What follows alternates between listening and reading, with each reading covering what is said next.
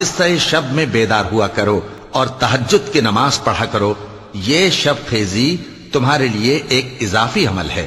امید ہے کہ اللہ تم کو مقام محمود پر فائز فرمائے۔ اور کہو کہ اے پروردگار، مجھے مدینے میں اچھی طرح داخل کیجو اور مکے سے اچھی طرح نکالیو، اور اپنے ہاں سے زور و قوت کو میرا مددگار بنائیو، اور کہہ دو کہ حق آ گیا اور باطل نابود ہو گیا، بے شک باطل نابود ہونے والا ہے۔ اور ہم قرآن میں وہ چیز نازل کرتے ہیں جو مومنوں کے لیے شفا اور رحمت ہے،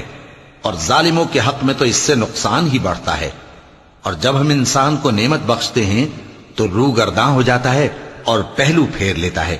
اور جب اسے سختی پہنچتی ہے تو نا امید ہو جاتا ہے۔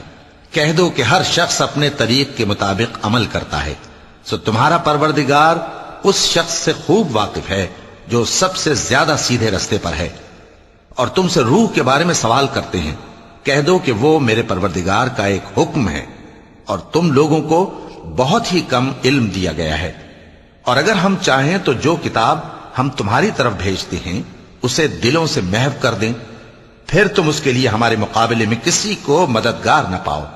مگر اس کا قائم رہنا تمہارے پروردگار کی رحمت ہے، کچھ شک نہیں کہ تم پر اس کا بڑا فضل ہے۔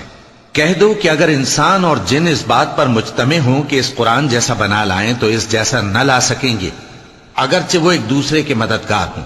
اور ہم نے قرآن میں سب باتیں طرح طرح سے بیان کر دی ہیں، مگر اکثر لوگوں نے انکار کرنے کے سوا قبول نہ کیا، اور کہنے لگے کہ ہم تم پر ایمان نہیں لائیں گے جب تک کہ عجیب و غریب باتیں نہ دکھاؤ، یعنی یا تو ہمارے لیے زمین سے چشمہ جاری کر دو، یا تمہارا کھجوروں اور انگوروں کا کوئی باغ ہو اور اس کے بیچ میں نہریں بہا نکالو، یا جیسا تم کہا کرتے ہو ہم پر آسمان کے ٹکڑے گرا دو، یا اللہ اور فرشتوں کو ہمارے سامنے لے آؤ، یا تمہارا سونے کا گھر ہو،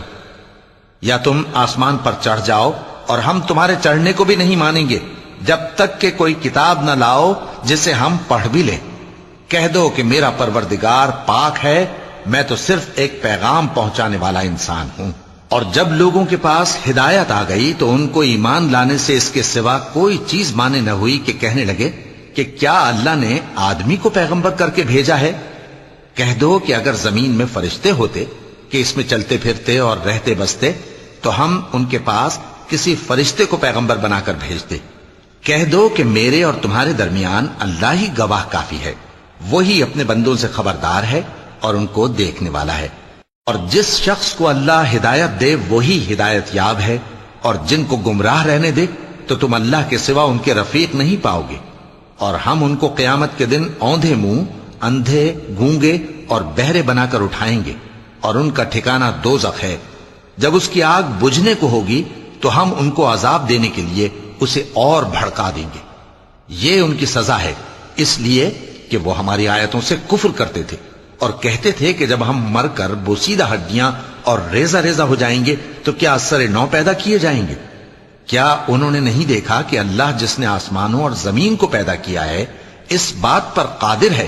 کہ ان جیسے لوگ پیدا کر دے، اور اس نے ان کے لیے ایک وقت مقرر کر دیا ہے جس میں کچھ بھی شک نہیں،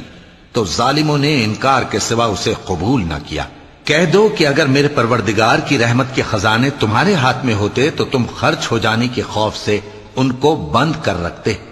اور انسان دل کا بہت تنگ ہے۔ اور ہم نے موسیٰ کو 9 کھلی نشانیاں دیں تو بنی اسرائیل سے دریافت کر لو کہ جب وہ ان کے پاس آئے تو فرعون نے ان سے کہا کہ موسیٰ، میں خیال کرتا ہوں کہ تم پر جادو کیا گیا ہے۔